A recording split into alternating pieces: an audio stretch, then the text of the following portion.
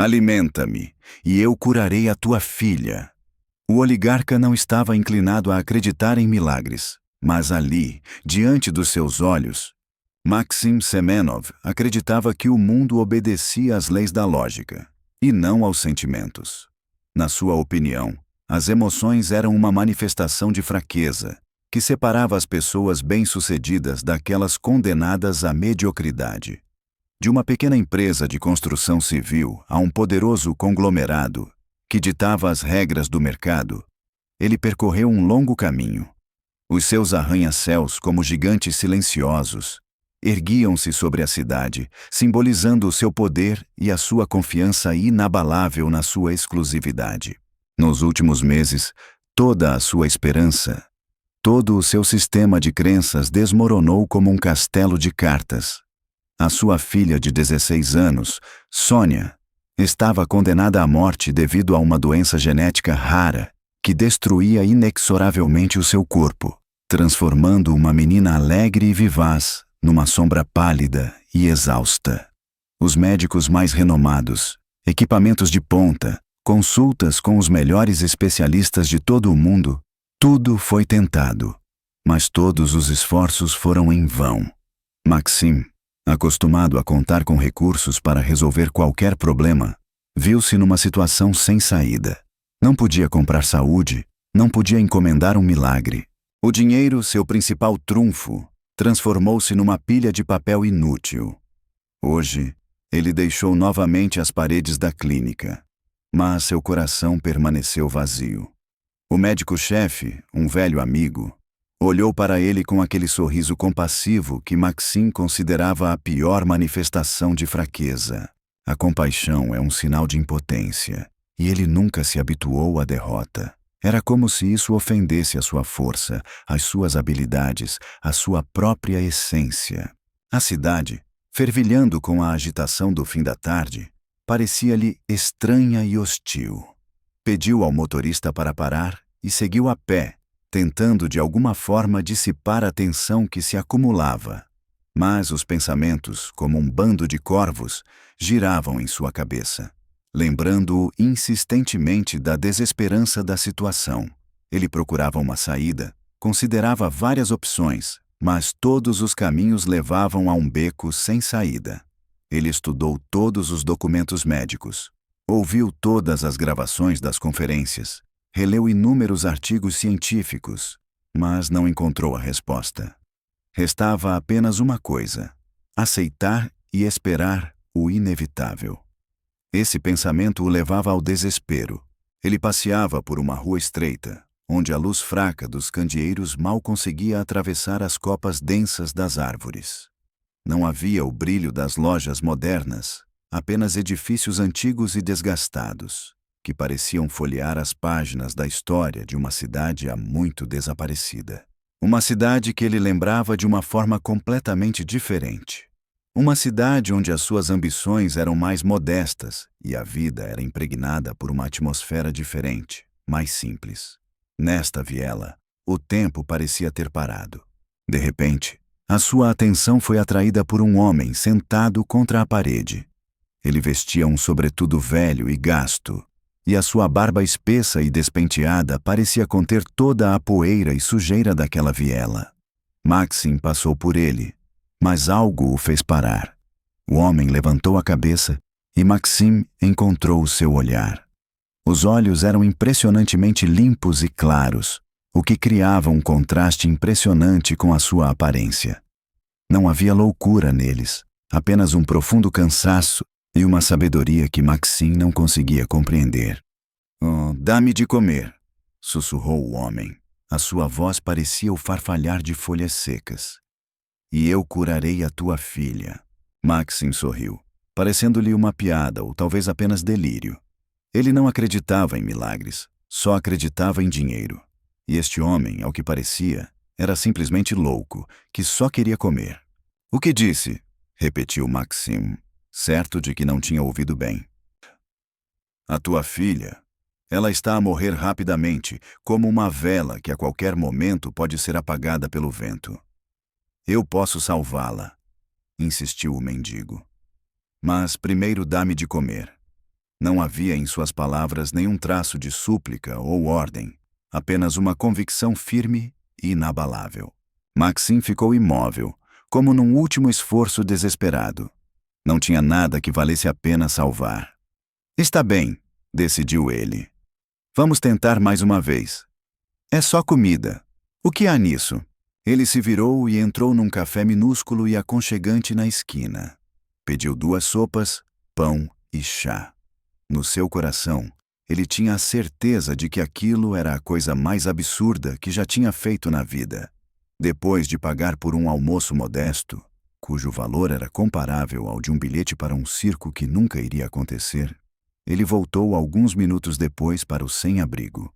Este começou a comer com avidez, ignorando o oligarca que estava ali perto. A comida desaparecia rapidamente, mas com cuidado, como se ele tivesse medo de engolir uma migalha sequer. É o que você mandou, disse Maxim, quando os últimos restos de comida desapareceram dos pratos. Ele se sentia constrangido. Um homem que controlava milhões estava agora numa viela escura, esperando um milagre de um sem-teto. O sem-abrigo, limpando os lábios com a manga, olhou para Maxim e disse: "Vá para casa, amanhã será outro dia." Dizendo isso, levantou-se e, sem dizer uma palavra, desapareceu na escuridão densa do beco, como se tivesse se dissolvido nela. Maxim, com os pratos vazios nas mãos, ficou parado sozinho, sentindo-se um completo idiota. No entanto, ao voltar para o carro, ele não conseguia se livrar de um pensamento estranho e intrigante. Algo significativo, mas incompreensível, havia acontecido. Maxim não acreditava em acasos, mas desta vez não conseguia encontrar uma explicação lógica para o que tinha acontecido. Aquele desconhecido tinha informações sobre a sua filha, embora nunca se tivessem encontrado. Passou a noite em claro. Não conseguia acalmar-se, revirando-se na cama e analisando cada detalhe do que tinha acontecido. E se o sem-abrigo fosse apenas um vigarista que soube da doença da filha por alguma notícia? Mas como é que ele soube de Maxim e que ele estaria precisamente naquela rua? E qual era o sentido do seu pedido por comida, em vez de dinheiro? Esses pensamentos atormentavam-no, não lhe dando um minuto de paz. Na sua imaginação, surgiu uma imagem em que, pela manhã, um telefonema do hospital traria a triste notícia de que o milagre não tinha acontecido. E, mais uma vez, ele voltaria a olhar para o seu ídolo silencioso. A lógica, que inevitavelmente o levava à derrota. O telefone acordou Maxim ao amanhecer. Era do hospital, e ele foi tomado por um pressentimento. Ao pegar o telefone, sentiu o coração acelerar, preparando-se para o pior. "Senhor Semenov", disse o médico-chefe, emocionado. "Não sei como explicar, mas o estado da Sony melhorou drasticamente. Os exames que acabamos de receber são simplesmente impressionantes pela sua evolução positiva. Parece que a doença está a começar a desaparecer." Essas palavras soavam estranhas, como se não pertencessem à sua vida dos últimos meses. Ele estava sentado na cama, segurando o telefone com força, e a única coisa que ocupava a sua mente era um pensamento incompreensível. Isso simplesmente não pode ser verdade. "Doutor", a sua voz, normalmente tão segura, agora tremia. "Diga-me, por favor, o que aconteceu?" "Não sabemos, Maxim Nikolaevich", respondeu o médico-chefe, com um tom de espanto genuíno na voz. "A noite passou sem complicações. De manhã, fizemos os exames de rotina e os resultados começaram a mudar para melhor, aproximando-se rapidamente do normal. É impressionante. De acordo com todas as nossas previsões, não esperávamos tal desenvolvimento dos acontecimentos. O estado da Sony está a melhorar. Ela até conseguiu comer uma pequena porção de mingau, o que era impossível há várias semanas. Trabalho na área médica há 30 anos, mas nunca vi nada parecido. Ainda temos que fazer uma série de exames para esclarecer a situação, mas até agora tudo indica que a doença foi simplesmente desativada." Maxim apenas desligou o telefone em silêncio e fixou o olhar na janela. A cidade começava a acordar, mas para ele ela apareceu sob uma nova luz, como se fosse estranha e desconhecida. A incompreensão tomou conta dele. No seu mundo não havia lugar para milagres, para coisas inexplicáveis. Até aquele momento, a sua vida era um cálculo rigoroso. Os investimentos geravam lucros, o empenho gerava resultados. Mas o que era isto agora? Era como se fosse multiplicar por zero, destruindo todas as suas convicções e leis estabelecidas. Ele vestiu-se às pressas e, sem tomar o pequeno almoço, foi para a clínica. Durante todo o caminho, os seus pensamentos giravam em torno de uma explicação lógica. Será que os médicos cometeram algum erro? Não poderia ter sido uma falha no equipamento. Mas o médico-chefe era demasiado competente para cometer tal erro. E muito menos poderia ter se enganado num diagnóstico tão importante.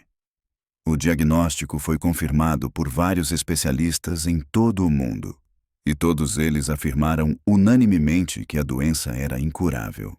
Ao entrar no quarto, ele descobriu que Sônia estava deitada na cama. O rosto dela estava pálido, mas os olhos, que há tanto tempo haviam perdido o brilho, voltaram a brilhar. Ela sorriu para ele, e esse sorriso, radiante de pureza e ternura, tornou-se a visão mais bela da sua vida. "Pai", sussurrou ela com voz quase inaudível. "Tive um sonho. Parecia que estava de pé novamente. Foi muito vívido, como se fosse real. E acho que consigo sentir os cheiros. O cheiro da comida do hospital, mas agora não me repugna como antes." Maxim sentou-se ao lado dela. Apertou-lhe a mão, mas as palavras não conseguiam sair da sua boca. Era um milagre, mas não como ele imaginava. Não era algo que se pudesse comprar com dinheiro. Era um milagre que lhe fora concedido por um mendigo em troca de um prato de sopa.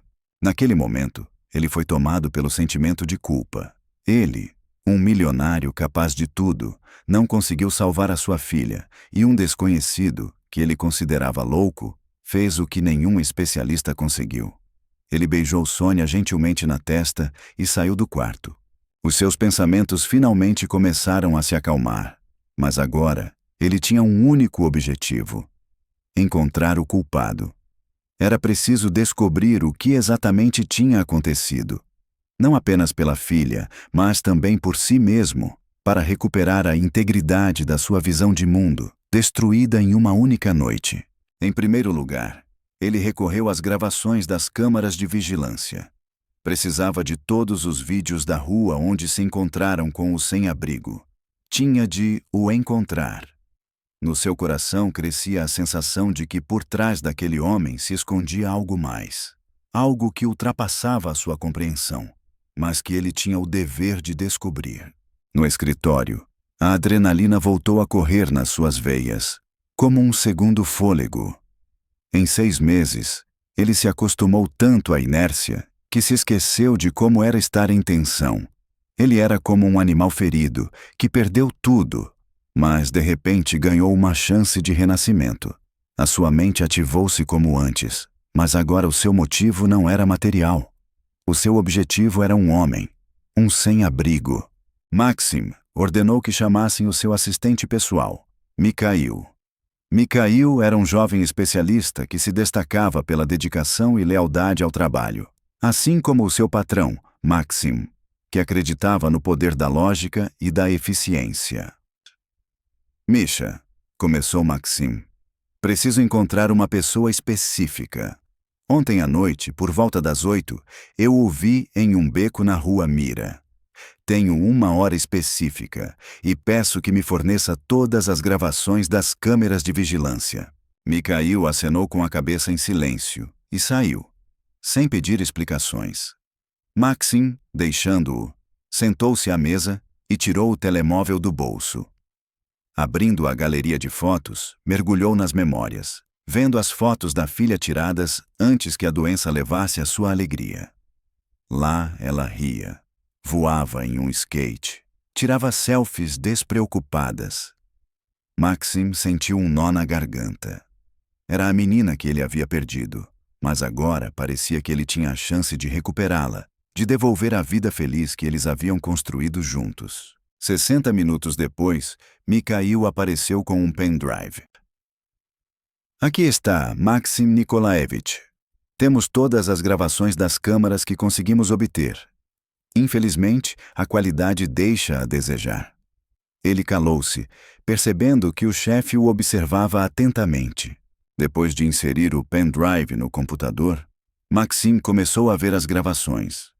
Numa delas, ele viu-se na companhia de um sem-abrigo. Ao tentar aproximar a imagem para ver o rosto do homem, ele descobriu que estava desfocado. A única coisa que se distinguia era uma barba espessa e olhos incrivelmente claros. Ao ver as imagens seguintes, Maxim viu o sem-teto se afastar e simplesmente desaparecer na esquina. Tenho que encontrar esse homem, declarou Maxim. Nuku, encontre-o por qualquer meio disponível. Preciso de tudo. Quem ele é, o que estava a fazer naquele local e o motivo das suas palavras. Preciso de todas as informações que conseguir obter. Mas, Maxim Nikolaevich, começou Mikhail, inseguro. Isso pode não ser fácil. Afinal, ele não tem moradia fixa, nem endereço, nem documentos. Não se preocupe, Misha, interrompeu Maxim. Não é um pedido, é uma ordem. Mobilize todos os recursos que temos. Quero que você vasculhe cada centímetro da cidade, cada ponto de descanso noturno, cada abrigo. Encontre-o. Estou disposto a tudo para encontrá-lo. Encontre-o, e eu duplicarei o seu salário anual. Mikhail acenou com a cabeça e desapareceu pela porta. Maxim ficou sozinho, com o olhar fixo no ecrã do computador, onde estava congelada a imagem desfocada do homem cuja aparição se tornou um ponto de viragem na sua vida. No seu coração, uma mistura de sentimentos se agitava: gratidão, confusão e algo mais, uma curiosidade animal, quase instintiva. Ele tinha que encontrá-lo. Ele tinha que desvendar o mistério do que tinha acontecido, e ele faria tudo o que fosse possível para que isso acontecesse. Mikhail começou a cumprir a tarefa que Maxim lhe deu. Encontrar um sem-abrigo numa metrópole gigantesca parecia uma tarefa incrivelmente difícil, como procurar uma agulha num palheiro. Mas Mikhail sabia que as ordens de Maxim não estavam abertas à discussão. Começou por formar uma equipa com os seus melhores homens. Não aqueles que eram especialistas em operações financeiras, mas aqueles que possuíam um talento único para obter qualquer tipo de informação. Entre eles havia ex-polícias, jornalistas reformados, especialistas em informática, todos eles agora ao serviço da holding de Semenov. Primeiro, eles revistaram a Rua Mira. Pediram informações sobre ele aos vendedores das lojas vizinhas, aos porteiros e aos taxistas que trabalhavam nas proximidades. Nenhum deles se lembrava de alguém parecido com o homem do vídeo. Ou alguém se lembrava, mas não conseguia dar uma descrição clara. Todos falavam apenas de algum vagabundo, que realmente eram muitos na cidade. Maxim não conseguia ficar parado. Ele se dedicava totalmente ao trabalho, mas os números e gráficos já não lhe despertavam o menor interesse. Os seus pensamentos estavam totalmente absorvidos pelo sem-teto. Ele relembrava a breve conversa, tentando descobrir algum significado oculto. Dá-me de comer e eu curo a tua filha. O que significava isso? Uma frase aleatória ou algo mais profundo, oculto aos olhos? A filha de Maxim, Sônia, estava a melhorar a cada dia que passava. Os médicos estavam perplexos. Inúmeros exames não revelavam as causas de uma recuperação tão rápida. O organismo de Sônia parecia ter começado a se regularizar, a se recuperar. Isso impressionou Maxim profundamente e fortaleceu ainda mais sua determinação em encontrar aquele homem. Mikhail apareceu alguns dias depois com informações que não continham detalhes concretos, mas que ainda assim fizeram Maxim refletir. Maxim Nikolaevich, temos motivos para acreditar que estamos no caminho certo. Não encontramos a pessoa diretamente, mas descobrimos vestígios de uma planta rara em um beco. Descobrimos que essa planta não cresce em nossa região. Só pode ser encontrada nas montanhas da América do Sul. Maxim franziu a testa pensativo. E o que isso tem a ver com o pólen? Não temos informações precisas, admitiu Mikhail. Mas essa circunstância é muito estranha. Além disso, conseguimos encontrar uma pessoa que se lembra desse sem-teto. Ele afirma que o encontrou várias vezes nesta rua e que ele sempre foi diferente. Não era um vagabundo comum. Este testemunha ocular, um guarda de segurança idoso, contou que este homem não pedia esmola, nunca demonstrava sinais de embriaguez e sempre se destacava pela sua extraordinária educação. Além disso, ele sempre carregava um saco estranho. Conseguimos encontrar uma gravação antiga em que ele aparecia. O saco parecia uma mochila velha e surrada feita de lona. Essa informação incomodava Maxim. Pólen, um sem-abrigo educado, uma mochila.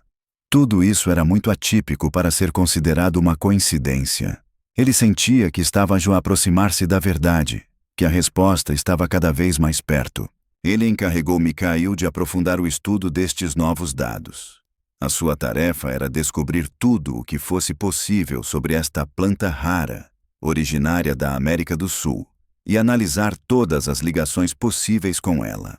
Ao ver as fotos antigas da filha, Maxim encontrou uma foto em que Sônia estava a ler um livro com entusiasmo. O livro era antigo. A capa estava quase apagada pelo tempo, e Maxim reconheceu-o imediatamente.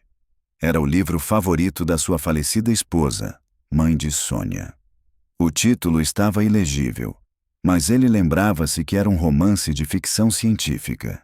Maxim pegou o livro e, nas últimas páginas, encontrou um pedaço de papel cuidadosamente dobrado. Na pequena nota, escrita com a letra da sua esposa, havia apenas algumas palavras. Não se esqueça do mais importante. Existem valores que não podem ser comprados com dinheiro. Ao lado dela, havia uma pequena flor seca. Maxim sentiu uma pontada no coração. Aquela flor lembrava-lhe a imagem de uma planta rara que ele tinha visto uma vez na internet. Demasiadas coincidências fizeram Maxim pensar. Talvez a chave para a solução não estivesse na rua, mas no seu próprio passado, ou mesmo no passado da sua família. Ele entrou imediatamente em contato com Mikhail e deu-lhe novas instruções. Misha, desista de procurar naquela rua. Comece a procurar noutro lugar. Preciso saber tudo sobre a minha falecida esposa, Ana. Conte-me sobre os amigos, os hobbies, os relacionamentos, os interesses científicos dela. Tudo o que conseguir descobrir. E, o mais importante, sobre o hobby dela por plantas raras. Desta vez, havia um tom novo na voz de Mikhail. Mas, Maxim Nikolaevich, tenha certeza. Isso pode ser uma notícia desagradável. Aceito qualquer verdade, só faça isso, e rápido. Maxim segurava uma flor seca nas mãos. A sensação de idiotice o abandonou. Em seu lugar, instalou-se a confiança de um caçador que finalmente encontrou um rasto. E esse rasto levava-o às profundezas do seu próprio passado, que ele tentava tão arduamente afastar de si. Investigar o passado de Ana Semenova, a falecida esposa de um oligarca famoso, revelou-se muito mais difícil do que encontrar um sem-abrigo. Ana não procurava a publicidade, preferindo uma vida tranquila, longe dos olhos da opinião pública. Talentosa bióloga, após o casamento e o nascimento da filha, ela abandonou a carreira científica para se dedicar inteiramente às tarefas domésticas. Os documentos relacionados ao seu trabalho científico estavam espalhados e, ao que tudo indicava, muitos deles haviam sido perdidos, sem deixar vestígios. Ao receber os primeiros relatórios de Mikhail, Maxim se deparou com uma verdade chocante. Ele praticamente não sabia nada sobre sua esposa. Ele achava que a conhecia, mas era apenas um conhecimento superficial, limitado àquela parte da vida dela que dizia respeito a ele. Ele não sabia absolutamente nada sobre os verdadeiros interesses dela, sobre sua paixão pela pesquisa científica. A sua vida era consumida pelos seus negócios, enquanto ela, por sua vez, se dedicava à filha e ao passado. Nos arquivos da universidade, descobriram informações de que Anna era considerada uma das alunas mais talentosas do seu mentor, Nikolai Ivanovich Vetrov. Vetrov, um cientista notável, mas peculiar, conduzia os seus trabalhos num laboratório secreto, localizado em montanhas de difícil acesso, longe da agitação da cidade. O seu hobby eram plantas raras, as suas propriedades únicas e o potencial de uso para fins médicos. Vetrov foi o iniciador da expedição à América do Sul, de onde se supõe que o pólen tenha sido obtido. A expedição, iniciada há vários anos, foi inesperadamente interrompida, após o que Vetrov desapareceu e seu laboratório de pesquisa foi fechado. Ninguém tinha informações sobre o seu destino. Maxim juntou todas as peças dispersas. O pólen, a planta rara, a América do Sul, o cientista desaparecido, tudo isso se encaixava num quadro único, sugerindo que o sem-abrigo que ele encontrou não era um vagabundo comum. Provavelmente, ele estava envolvido nessa história. Talvez até fosse o próprio professor Vetrov desaparecido. Essa ideia pareceu-lhe absurda. Como um cientista genial poderia ter se tornado um sem-abrigo? O que poderia ter causado tal reviravolta? Maxim imediatamente entrou em contato com Mikhail e ordenou que reunissem todas as informações disponíveis sobre o laboratório de Vetrov. A busca pelo laboratório revelou-se uma tarefa difícil. Ele estava cuidadosamente escondido. A sua localização estava codificada em documentos antigos, cuja decifração exigiu um grande esforço. Mas, no final, eles conseguiram. Era uma mansão abandonada nas montanhas, localizada a cerca de 100 quilômetros da cidade. Maxim decidiu ir sozinho, mas levou Mikhail e 2 guardas. Não se sabe o que o espera nesse lugar. Talvez a total futilidade. Mas a intuição dizia que era precisamente nesse laboratório abandonado que se escondia a resposta a todas as suas perguntas. O caminho seguia por uma estrada sinuosa nas montanhas, mas de repente começou a chover. A cada quilômetro, a estrada ficava mais perigosa e o carro subia com dificuldade. Finalmente, chegaram ao seu destino. Um prédio antigo e abandonado, que parecia ter se dissolvido na densa floresta. Parecia esquecido pelo tempo. As janelas estavam quebradas, as portas abertas. O caos reinava por toda parte. Tubos espalhados, frascos cobertos de poeira, pilhas de papéis rabiscados, equipamentos quebrados. Mas Maxim, ao se abrir caminho por meio da desordem, percebeu algo que instantaneamente fez seu coração bater mais forte. Em uma das mesas, coberta por uma camada de poeira, estava um livro aberto. Era o livro da sua amada esposa e, na última página, onde havia uma flor seca, ele leu uma inscrição escrita por ela. Para Sony. Maxim pegou o livro com cuidado e encontrou outro bilhete dentro dele. Maxim, se estás a ler estas linhas, significa que não consegui. Mas o Sônia tem uma oportunidade. Tenho informações sobre ele. O caminho não será fácil, mas é possível. Segue as minhas instruções. Tu vais encontrá-lo. Acredita. Depois do bilhete, Maxim encontrou uma fórmula. Uma fórmula longa e confusa, cujo significado não era claro para ele. No entanto, ele percebeu o essencial. Era uma pista deixada pela sua esposa para que ele encontrasse a salvação para a filha deles. E o sem-abrigo que ele teve a sorte de encontrar era parte integrante desse plano. Maxim olhou ao redor da sala e sua atenção foi atraída por um velho cofre enferrujado. Solitário num canto. Fechado, parecia guardar todas as respostas que Maxim tanto desejava encontrar. Mas como entrar lá dentro? O cofre era uma construção complexa e Maxim, depois de tentar todas as combinações imagináveis, não conseguiu. De repente, Mikhail percebeu algo estranho.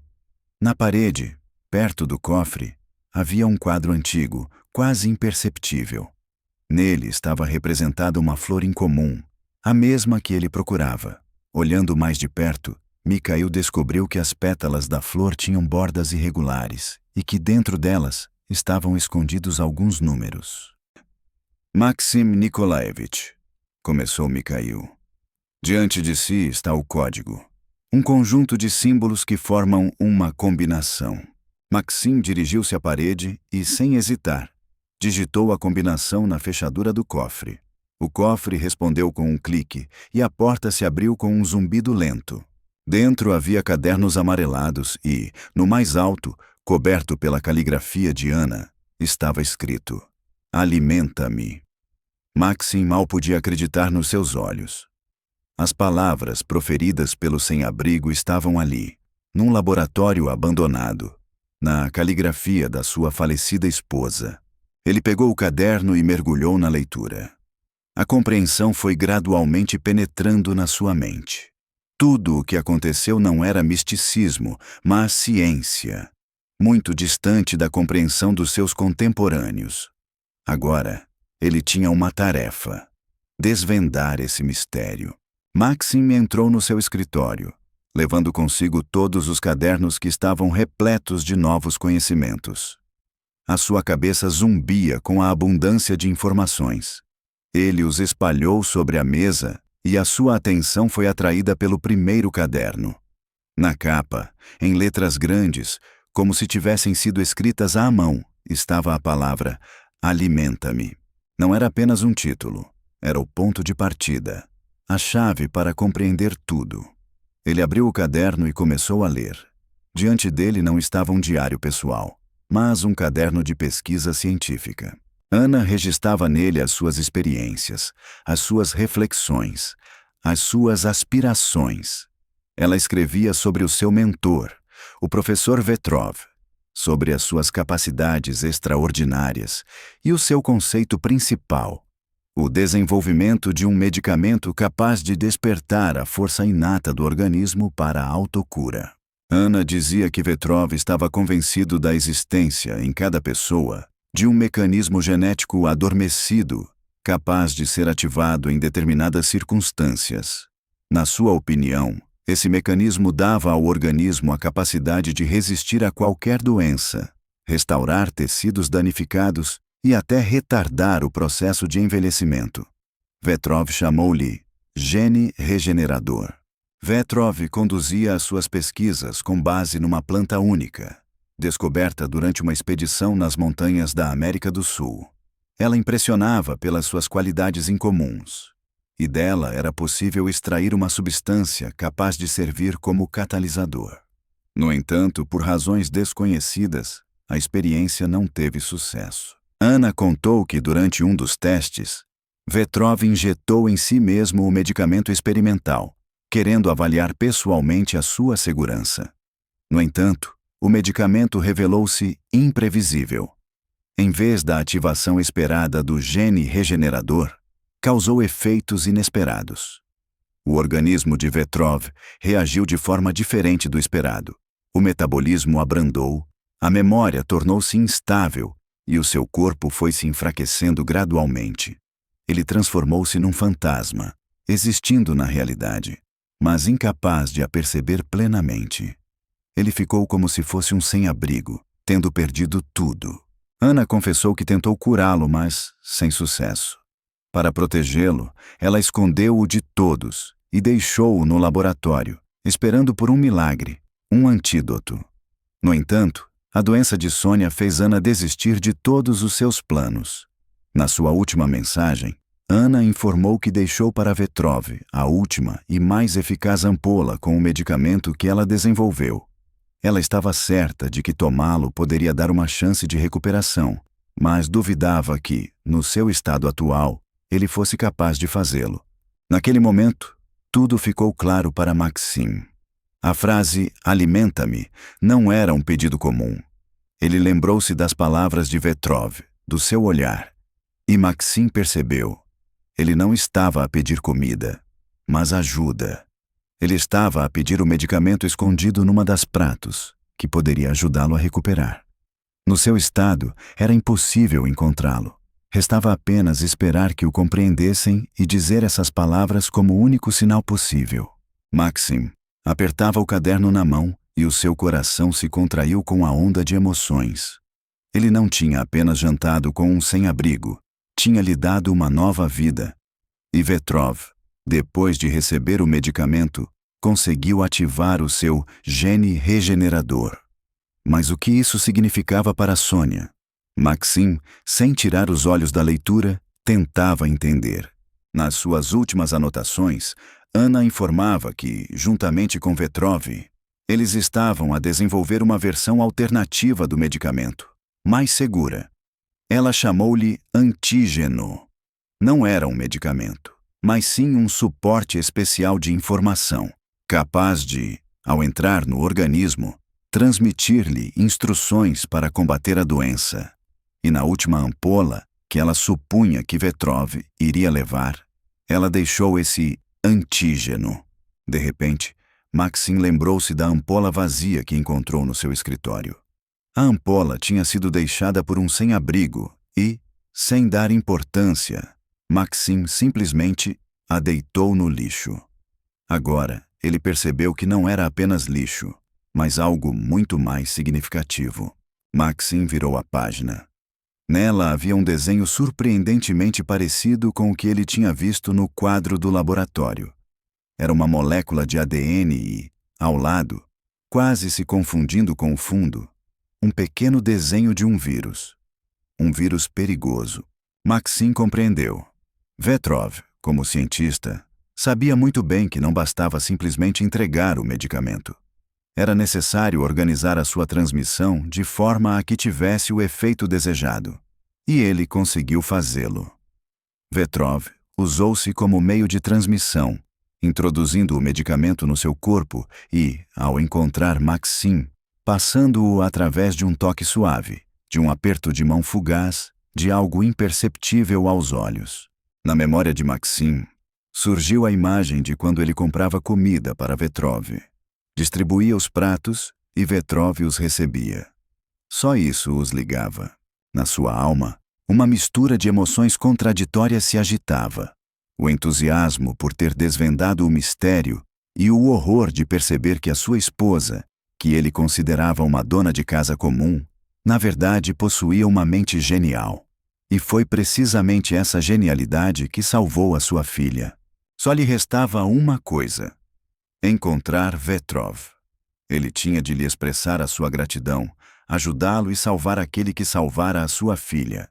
Ele voltou a percorrer com os olhos as últimas anotações, na esperança de encontrar pelo menos alguma pista que pudesse ligá-lo a Vetrov. Anna observou que, após o último encontro deles, Vetrov partiu para a cidade, mas o endereço exato onde estava permanecia um mistério. No caderno, Anna expressou as suas suposições sobre os possíveis destinos dele. Vetrov, com a sua memória fotográfica, poderia estar a regressar aos lugares onde outrora foi feliz. A sua mente, distorcida pela ação da droga, parecia procurar consolo nos reflexos do passado. Os seus pensamentos são como um mosaico de pedaços do passado, escreveu Anna. Para encontrá-lo, era preciso pensar não como um cientista, mas como uma pessoa que perdeu a sua identidade. Só essa compreensão finalmente ficou clara para Maxim. Maxim, olhando para o escritório cheio de fotos de Sônia e Anna, percebeu que precisava começar com as suas próprias memórias. Era preciso trazer à tona tudo o que o ligava à sua esposa. Lugares comuns, histórias, momentos vividos juntos. E ele começou pelo primeiro passo da sua jornada. Pelo seu primeiro encontro nas paredes da universidade, onde Anna trabalhava como assistente de laboratório. E ele, ainda sem ter se tornado um empresário de sucesso, foi fazer uma visita guiada.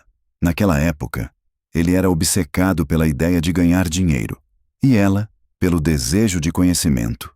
Na sua memória, surgiram as palavras dela sobre o sonho de salvar a humanidade das doenças.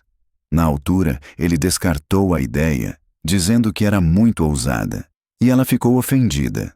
Mas eles encontraram um terreno comum e ele lembrou-se do lugar favorito dela no parque, onde ela gostava de se isolar com um livro, e do cais onde tiveram o primeiro encontro.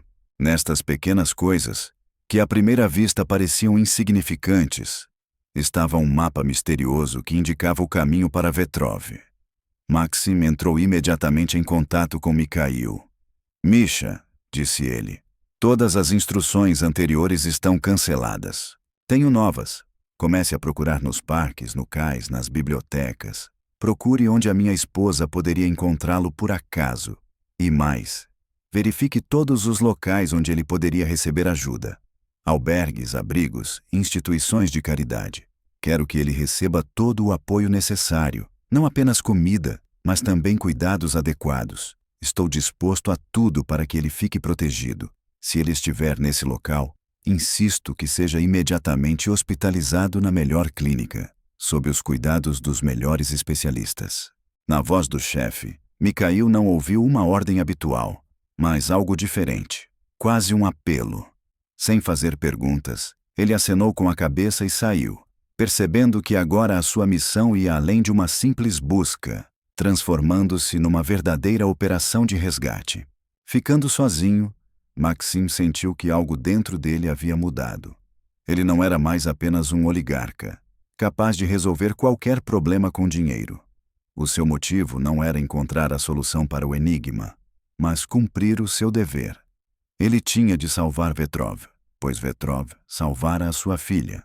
Agora, esse era o seu único objetivo. Algumas horas depois, o telefone de Mikhail tocou. Maxim Nikolaevich. Nós o encontramos. Ele estava em uma instituição de caridade. Passou alguns dias lá. No momento, seu estado de saúde é considerado grave, mas ele está vivo. Ele não tem memória, mas foi encontrada uma cicatriz em sua mão, muito parecida com uma cicatriz de uma picada. Os funcionários do abrigo informaram que ele desenhava incessantemente em um caderno uma flor parecida com a que vimos no laboratório. Na sua velha mochila de lona, além de pedaços de papel cobertos com fórmulas incompreensíveis, nada foi encontrado. Maxim sentiu um aperto no peito. Ele o encontrou. Encontrou o homem que dormiu com a sua filha. Com a rapidez nascida da gratidão, ele se preparou e foi para o orfanato. Ao chegar, foi recebido pelo diretor do orfanato. Ele é muito calado, comentou este. Não fala com ninguém. Fica só sentado a olhar pela janela. Parece que perdeu tudo, mas há algo de estranho nele. Quando lhe ofereci comida, ele recusou e depois disse: "Dê-me de comer e eu." Não terminou. "E voltarei a ver os astros celestes." Maxim aproximou-se de Vetrov, que estava sentado numa cadeira, com o olhar fixo na janela. Não havia nada nos seus olhos, apenas vazio. Vetrov não reconheceu Maxim. Maxim sentou-se ao lado dele. "Encontrei os teus cadernos", sussurrou Maxim com a voz rouca. "Agora compreendo tudo. A minha filha, ela está a melhorar. Obrigado por tudo." Vetrov ficou em silêncio, com o olhar fixo na janela. Maxim tirou do bolso uma pequena fotografia. Nela estava Ana. Ele estendeu-a a Vetrov. Vetrov olhou para a fotografia, e nos seus olhos, antes sem profundidade, brilharam lágrimas inesperadas. Lentamente, estendeu a mão, tocou a imagem e sussurrou quase inaudivelmente: "Ana." Maxim percebeu. Vetrov não tinha apagado a si mesmo. A sua memória, mesmo que fragmentada, ainda estava viva. Agora, Maxim não tinha apenas a tarefa de salvar Vetrov, mas também de devolver-lhe a vida perdida, devolver-lhe a memória. E ele faria isso a qualquer custo. Maxim decidiu não levar Vetrov naquele dia. Foi-lhe reservado um quarto individual na mesma clínica onde estava a sua filha, e os melhores especialistas e enfermeiros qualificados foram chamados para tratá-lo. O médico-chefe, chocado com o que aconteceu, não perguntou detalhes, mas em seu olhar se lia uma admiração sincera. Agora ele via em Maxim não apenas um empresário rico, mas um homem capaz de tudo para salvar seus entes queridos e, o que é surpreendente, para salvar um completo estranho. A sala de Vetrov estava iluminada e acolhedora. Nada lembrava as paredes de um hospital, parecia mais um escritório confortável, com livros e fotografias antigas nas estantes. Maxim, com a ajuda de Mikhail, reuniu o máximo de informações possível sobre a vida de Vetrov antes de ficar sem abrigo. Conseguiram encontrar fotografias antigas, anotações pessoais e artigos sobre ele. Até a música que Vetrov gostava foi encontrada, clássica, como se viu. Levaram todo esse material para a clínica. Maxim sabia que não era possível devolver a memória de Vetrov assim, do nada. Ele precisava de algum impulso, algo capaz de despertar a sua consciência. As velhas memórias, como faíscas, poderiam reacender em sua mente enfraquecida uma chama há muito esquecida, dando um impulso poderoso para o seu despertar. Todos os dias, Maxim compartilhava com Vetrov não apenas os seus sucessos profissionais, mas também histórias pessoais. Ele falava sobre sua esposa, sobre o início do relacionamento deles, sobre a vida juntos, sobre a paixão dela pela ciência. Maxim mostrava-lhe fotografias, lia trechos dos diários pessoais dela, partilhava detalhes sobre Sônia e sua recuperação, expressando gratidão a Vetrov por isso. Maxim, acostumado à lógica e aos factos, agora descobria para si o mundo dos sentimentos e das memórias. Ele ouvia em silêncio o vento, mas seu olhar, antes vazio, gradualmente se enchia de significado. A música, que outrora lhe era familiar, as fotografias e, às vezes, os nomes pronunciados quase inaudivelmente. Tudo isso provocava uma reação em sua mente. Maxim percebeu que a sua mente ainda reagia a certos estímulos.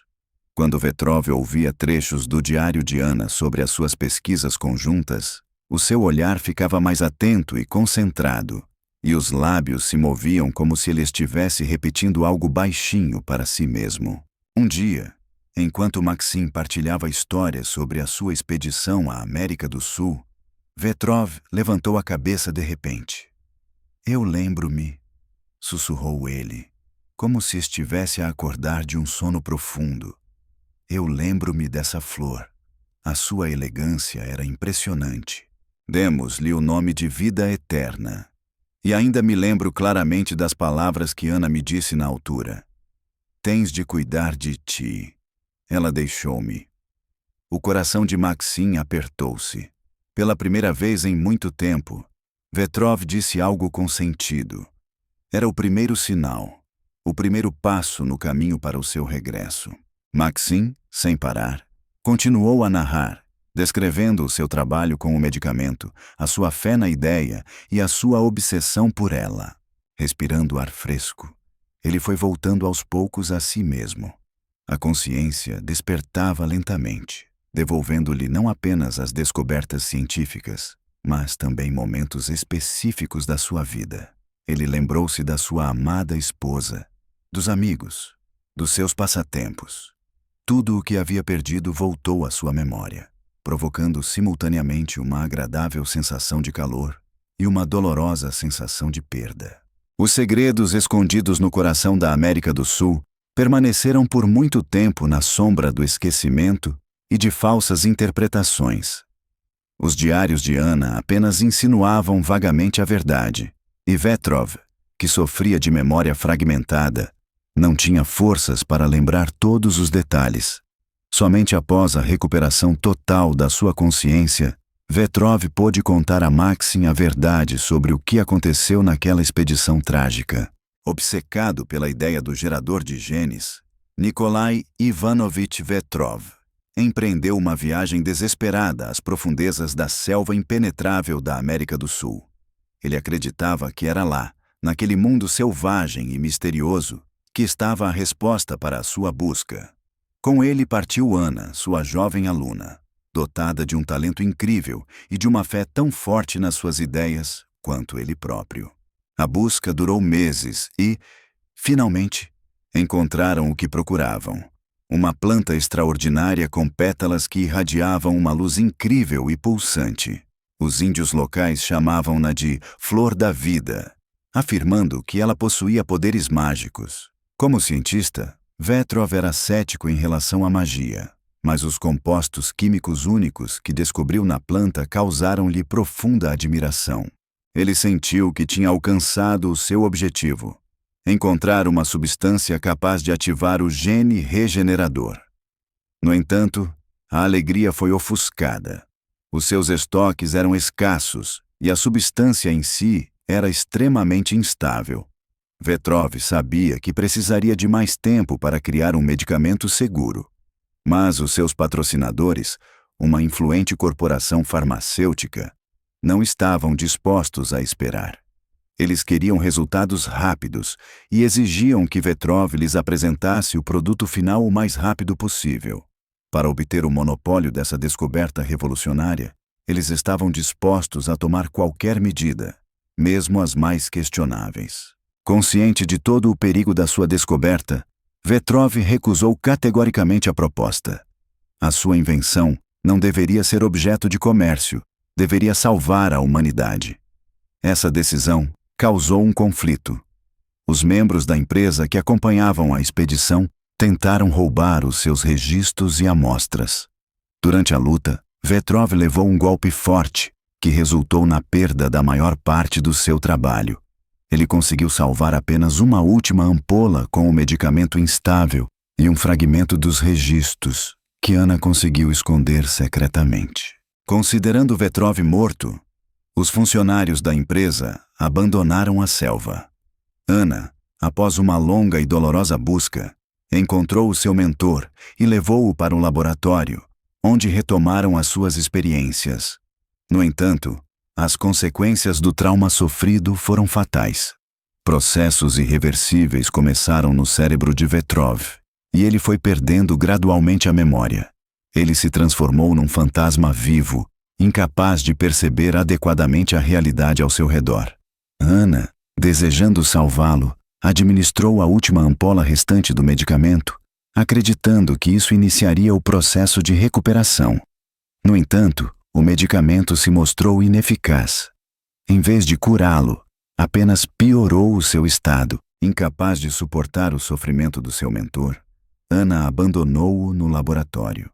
No seu coração, ela acreditava que o seu marido, Maxim, iria encontrá-lo, e a sua esperança foi recompensada. Ela deixou-lhe todas as pistas para resolver o mistério, todas as dicas para que ele pudesse salvar a vida da sua filha e encontrar o professor desaparecido. No dia em que Maxim chegou à clínica, foi recebido pelo médico-chefe. Maxim Nikolaevich, disse ele, isso é simplesmente incrível.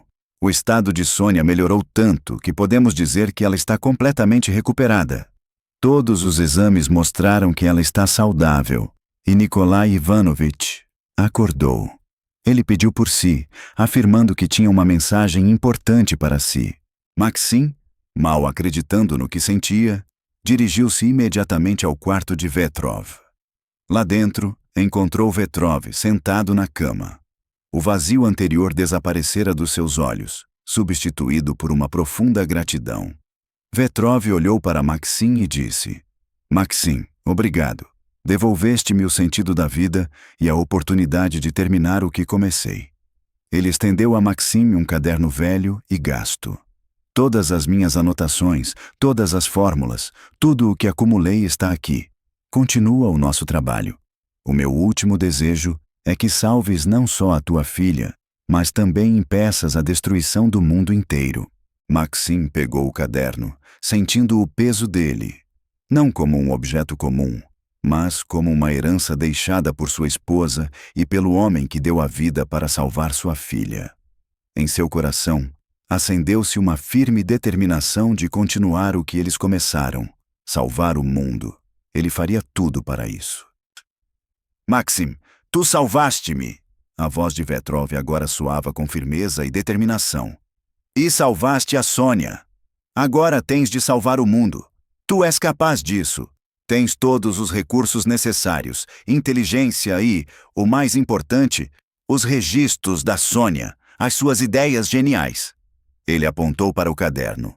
Neste caderno estão as respostas, as chaves para a salvação. Eu não consegui levar o trabalho até o fim, mas tu consegues. Tu tens essa obrigação. É nossa responsabilidade comum. Quero que uses as tuas capacidades não para enriquecer, mas para salvar pessoas. É a única coisa que realmente importa nesta vida. Maxim, tomado pela emoção, não conseguia encontrar palavras. Ele, acostumado ao mundo dos negócios, onde tudo era medido em dinheiro, agora tinha de assumir o fardo de um grande legado científico. Ele não era um cientista, não entendia fórmulas e cálculos complexos, mas sentia que tinha de fazer isso. O dever para com Vetrov, para com a memória da sua esposa, para com a sua filha, não era apenas uma obrigação. Era um dever de honra que não podia ser pago com dinheiro. Ele sabia que, para cumprir a sua promessa, talvez tivesse de renunciar a tudo aquilo por que lutara durante décadas. Mas as suas antigas ambições já não tinham importância. O verdadeiro objetivo era mais significativo. Ele prometeu a Vetrov que continuaria o trabalho que eles começaram e cumpriu a sua promessa. No início, ele duvidava do verdadeiro propósito da sua missão, considerando-a apenas construção e finanças. Mas logo percebeu que o seu destino era criar, e não apenas arranha-céus, mas algo verdadeiramente significativo. Ele encerrou vários projetos que antes lhe pareciam importantes, considerando-os sem sentido, e direcionou todas as suas forças para a criação do que chamou de Fundo Anna Semenova. O fundo foi criado para apoiar pesquisas científicas na área de biotecnologia, com especial atenção às doenças genéticas raras. No entanto, as suas tarefas não se limitavam à ajuda financeira. O fundo buscava criar mais, entendendo que o dinheiro não era a única solução. Ele queria dar às crianças como a sua filha uma chance real de uma nova vida. Adquiriu um edifício velho e abandonado nos arredores da cidade, que outrora servira de hospital esquecido, erguendo-se num silêncio sombrio e melancólico, como um símbolo de desesperança. Mas, na sua mente, aquele edifício deveria ganhar uma nova vida. Investindo todos os seus recursos e energia, convidou os melhores arquitetos e engenheiros. O seu sonho não era apenas construir um novo hospital, mas criar um templo de esperança. Ele supervisionou pessoalmente cada etapa da construção, cada detalhe, buscando o resultado perfeito. Desde salas amplas e luminosas até tecnologias de ponta, ele queria que todas as crianças que chegassem ali se sentissem não como pacientes, mas como convidados bem-vindos. A clínica foi chamada de Nadezhda, Esperança. Ela foi criada para pequenos pacientes com doenças genéticas raras, semelhantes à que afetou sua filha. Ele sonhava que este lugar se tornasse a personificação da esperança eterna. Nikolai Ivanovich Vetrov, nomeado médico-chefe da clínica, tornou-se o seu verdadeiro centro. Vetrov, já não um vagabundo, mas um cientista reconhecido, reencontrou o sentido da vida. Juntamente com a equipa de Maxim, ele começou a aperfeiçoar o medicamento que ele e Anna haviam criado. O objetivo era único: torná-lo seguro e eficaz, para que ninguém mais sentisse a dor que ele próprio havia sentido ao perder a sua filha. Graças à sabedoria e experiência de Vetrov, o projeto recebeu um forte impulso para o seu desenvolvimento. Como médico-chefe, ele formou uma equipa de jovens médicos e cientistas promissores que compartilhavam a sua visão. Eles conseguiram desenvolver um sistema único de tratamento, baseado numa abordagem individual para cada paciente. Ele estava convencido de que somente essa abordagem poderia garantir a vitória sobre a doença e que todas as crianças mereciam uma chance de recuperação. A saudável Sônia visitava frequentemente Vetrov, pois foi ele quem lhe deu uma segunda oportunidade na vida. Compreendendo-o melhor do que ninguém, ela ouvia com entusiasmo as suas histórias sobre ciência, o mundo vegetal e genética. Ela era a sua aluna mais dedicada, tal como a sua mãe, que partilhava a sua obsessão em salvar o mundo. Maxim, observando-os, se convencia de que sua escolha tinha sido certa.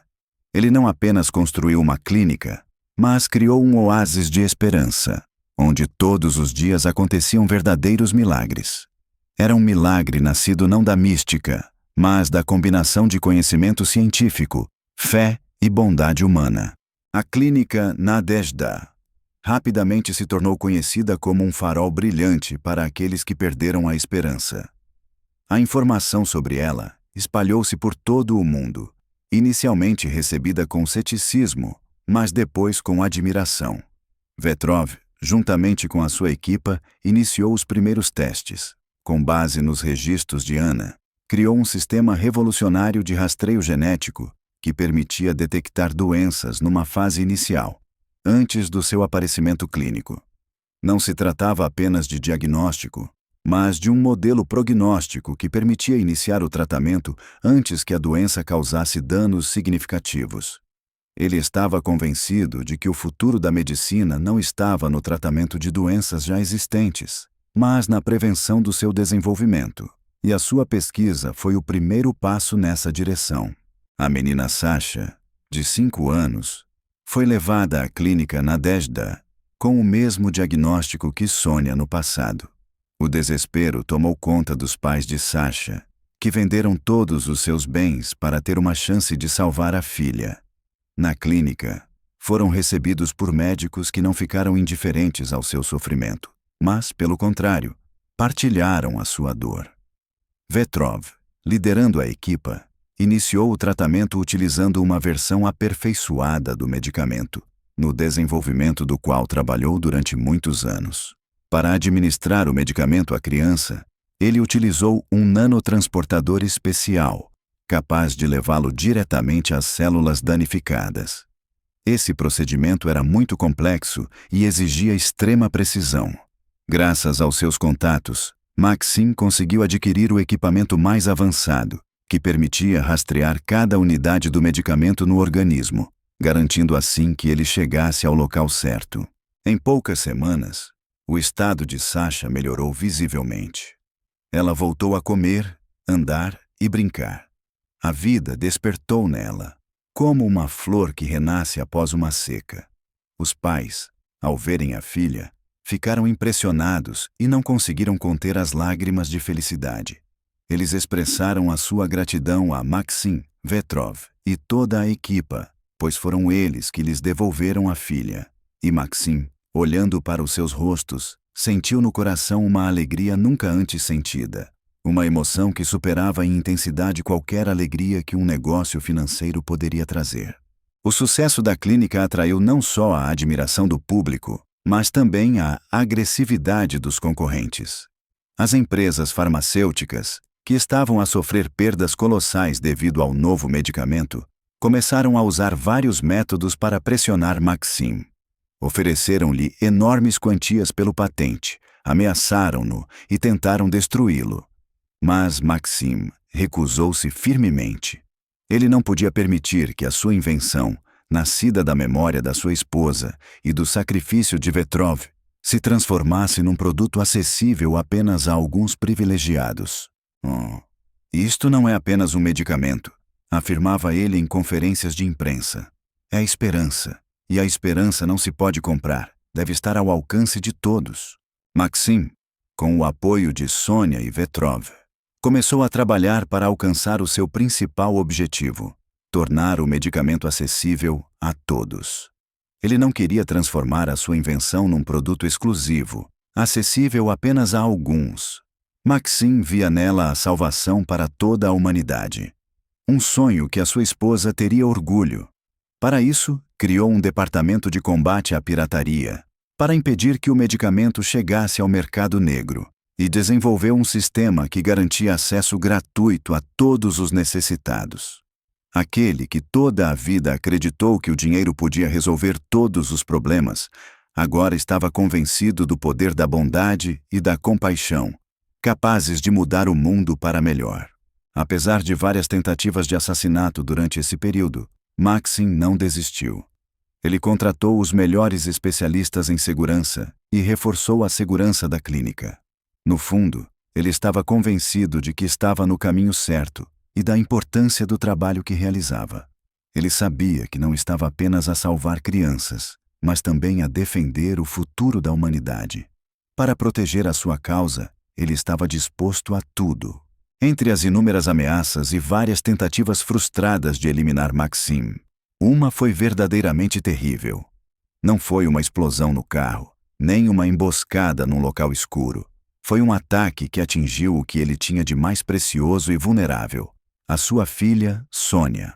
A mensagem que chegou ao telemóvel encriptado de Maxim não continha texto, apenas uma imagem. Nela, Sônia conversava num café com um colega de turma, discutindo algo com entusiasmo. A foto foi tirada à distância, mas a qualidade era excelente. No canto inferior direito, via-se claramente o logótipo de uma das principais empresas farmacêuticas, com a qual Maxim mantinha um conflito acirrado. Não era um aviso comum. Era um desafio claro e destemido. Maxim entrou em contato imediatamente com a sua segurança, mas já era impossível salvar a situação. No dia seguinte, Sônia, ao voltar para casa, sentiu-se mal. Começou a ter dificuldade em respirar e os membros começaram a ficar dormentes. Apenas conseguiu dizer algumas palavras ao pai antes de perder a consciência. Maxim, que estava numa reunião naquele momento, interrompeu imediatamente todos os seus afazeres e correu para ela. Ele já intuía que a causa do que tinha acontecido era um vírus, e não veneno ou uma bala.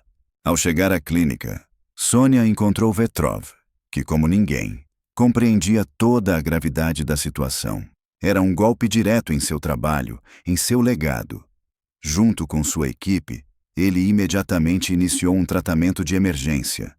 No entanto, o vírus era muito complexo e traiçoeiro para sucumbir mesmo aos avanços mais recentes de sua equipe. Sentado ao lado da filha, Maxim sentiu uma profunda sensação de impotência. Aquele que passou toda a sua vida a construir a sua vida com base na fé no seu próprio controlo, agora percebia que o seu poder era insignificante. Ao ver o desespero de Maxim, Vetrov apertou-lhe a mão. "Não desanimes, Maxim", disse ele calmamente. "Não vamos lutar diretamente contra o vírus. Vamos lutar contra os seus criadores. Vamos encontrá-los e obrigá-los a assumir a responsabilidade pelos seus atos." Olhando para Vetrov, Maxim percebeu que não estava diante de um cientista comum, mas de um homem pronto para a batalha, um guerreiro que lutaria até o fim. Vetrov criou um sistema que permitia administrar o medicamento não de uma só vez, mas gradualmente, com controle preciso de cada dose. Era um processo meticuloso e em várias etapas, que exigia observação constante. Algumas semanas depois, graças aos esforços conjuntos de Maxim e Vetrov, Sônia começou a melhorar. A vida voltou aos seus olhos. As forças a preencheram novamente. E o mais surpreendente é que ela não apenas se recuperou da doença, mas também ganhou uma força incrível. O vírus que tentou destruí-la revelou-se impotente. Ele serviu apenas como um impulso que a ajudou a tornar-se ainda mais forte do que antes. E novamente, este caso marcou uma nova era para a clínica. Eles não só curaram Sônia com sucesso, mas também descobriram uma maneira de combater os vírus mais perigosos. E então ficou claro para eles: a sua missão não se limitava ao tratamento, mas consistia em criar uma nova geração de pessoas mais fortes e resistentes.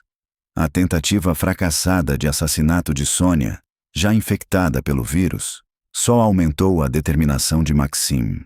Aquele que toda a sua vida se guiou pelo bom senso, agora estava obcecado pela raiva. Aos seus olhos, não se tratava apenas de uma luta por uma patente ou por ganhos financeiros, era uma verdadeira guerra. E ele, sem poupar esforços nem recursos, estava pronto para lutar até o fim, sabendo que os seus oponentes eram pessoas impiedosas, capazes de tudo para alcançar os seus objetivos. Ele estava disposto a qualquer sacrifício para proteger o que lhe era querido. Ele declarou publicamente o trabalho incansável da sua clínica e a disposição de tornar todas as suas descobertas acessíveis a todos, de forma totalmente gratuita. Tal decisão apenas alimentou a raiva dos seus concorrentes. Ele foi alvo de uma enxurrada de comentários negativos e ameaças. Recebia telefonemas, cartas, tentativas de intimidar a sua equipa. Mas ele não se deixou intimidar. Reforçou as medidas de segurança e contratou os melhores advogados para defender os seus interesses. No entanto, ele sabia que não se tratava apenas de um problema jurídico, mas de uma verdadeira luta pela sobrevivência. No auge da crise, uma notícia terrível chegou à clínica. Uma das funcionárias, uma jovem talentosa que Maxim considerava próxima, traiu-o. Ela passou informações sobre o novo medicamento para os concorrentes, grandes empresas farmacêuticas, que imediatamente começaram a criar a sua própria versão. Essa traição feriu Maxim profundamente. Ele não conseguia aceitar tal ato. Não conseguia entender como uma pessoa que trabalhava na sua clínica, onde crianças se recuperavam, poderia fazer isso. Era uma traição. Maxim não desistiu. Junto com Vetrov, ele se dedicou à criação de uma versão mais aperfeiçoada do medicamento, imune aos ataques virais dos concorrentes.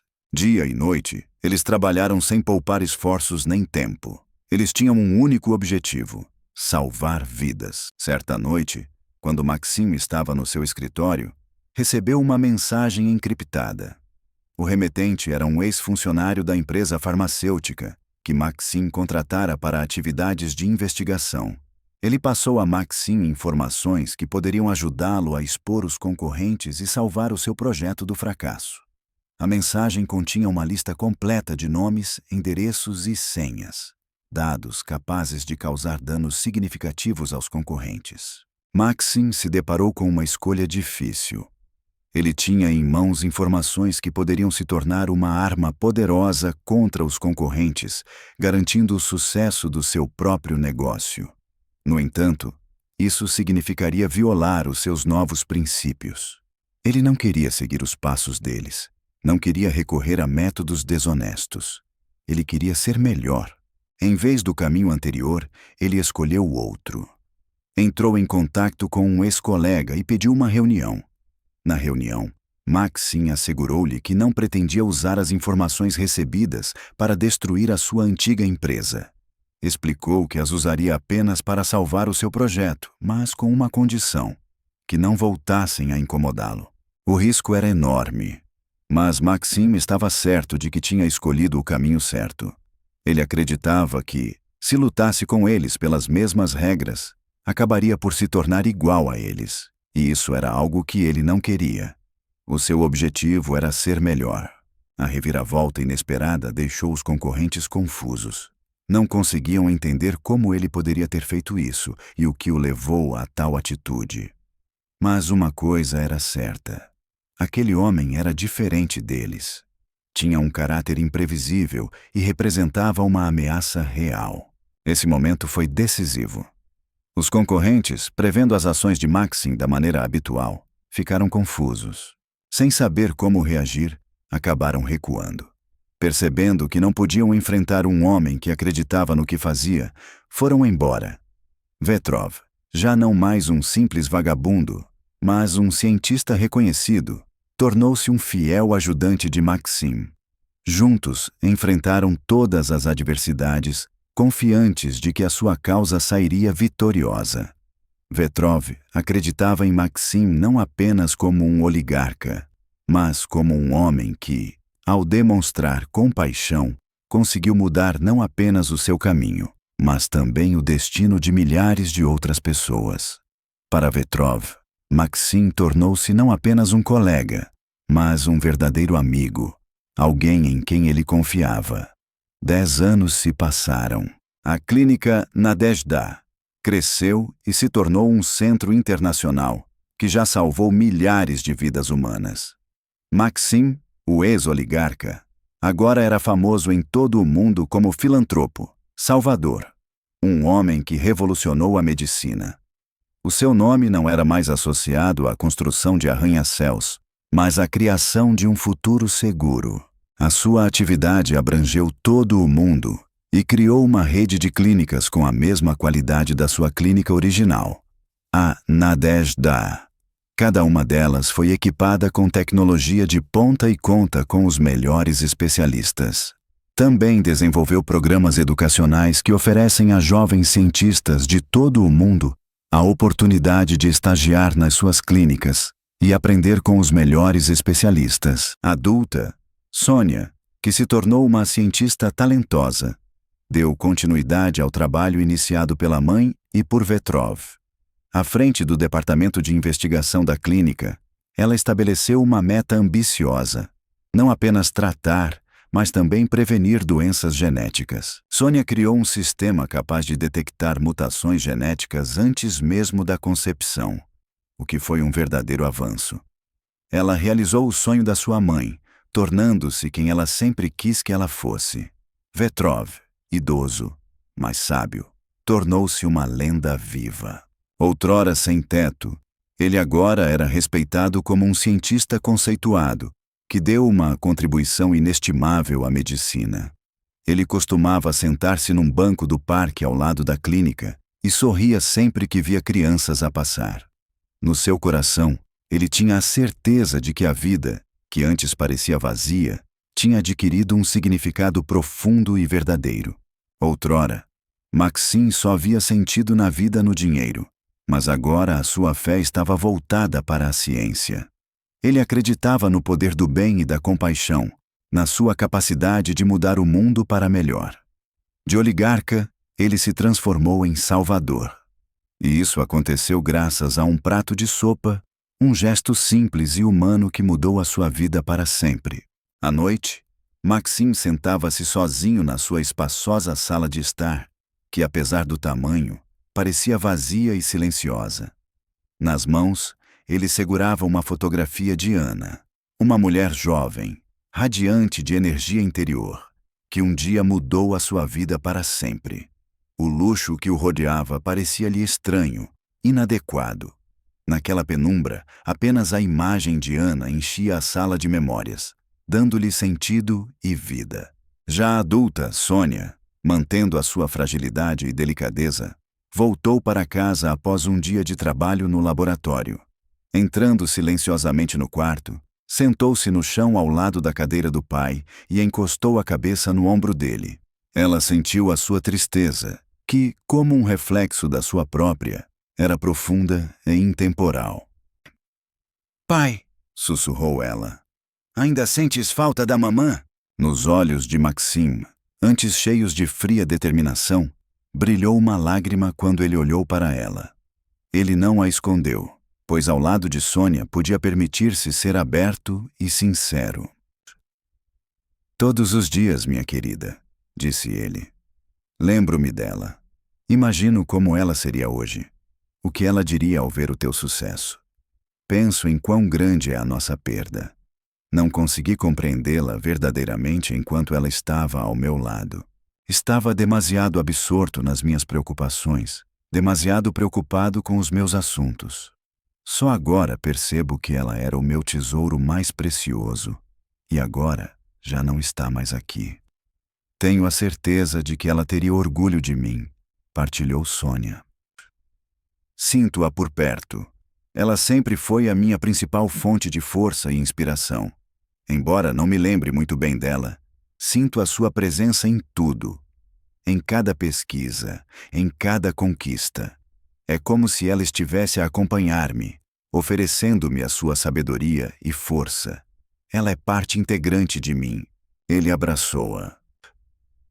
"Ela teria ficado encantada com isso", comentou ele. "Ela diria que tu a superaste, que te tornaste ainda mais perfeita. Ela ficaria feliz em ver que o seu trabalho continua vivo."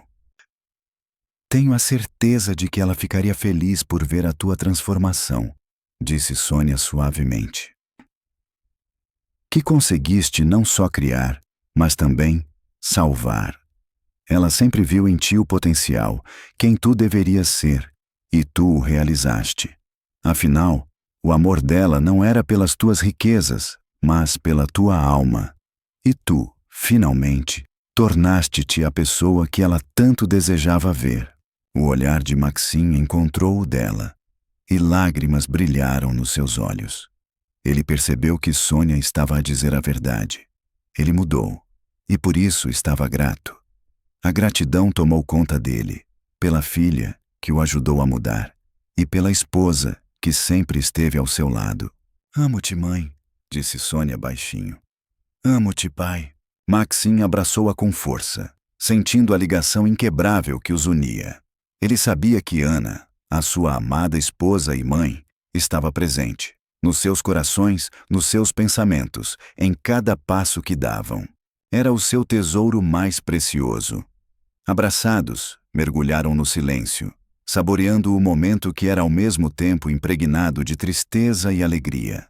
A tristeza pela sua ausência era inevitável, mas a alegria por a sua memória estar viva, por eles fazerem parte do seu legado, enchia os seus corações. Ele percebeu que a verdadeira riqueza não está no dinheiro. A verdadeira riqueza está na vida, na felicidade, na esperança. E, finalmente, ele encontrou isso.